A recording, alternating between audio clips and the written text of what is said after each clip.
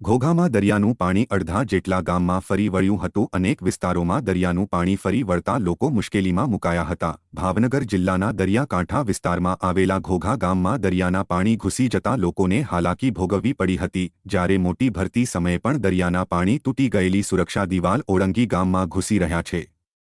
આજે પણ મોરા, માછીવાડા, જૂના ગેસ્ટ હાઉસ સહિતમાં દરિયાના પાણી ફરી વળ્યા હતા।